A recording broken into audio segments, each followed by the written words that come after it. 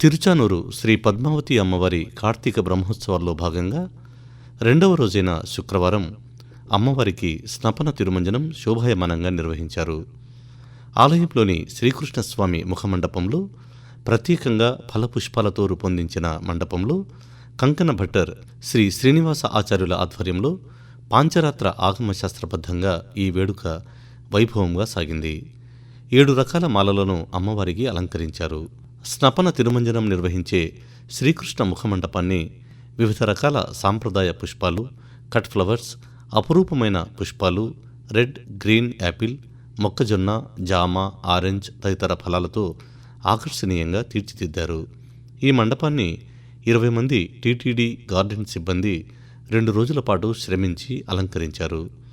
శ్రీ పద్మావతి అమ్మవారి ఆలయంలోని ధ్వజమండపం, గర్భాలయం, శ్రీకృష్ణస్వామివారి ఆలయం, శ్రీ సుందరరాజస్వామివారి ఆలయం, వాహన మండపం, ఆస్థాన మండపం, టీటీడీ గార్డెన్ విభాగం ఆధ్వర్యంలో వివిధ రకాల పుష్పాలతో అలంకరించారు.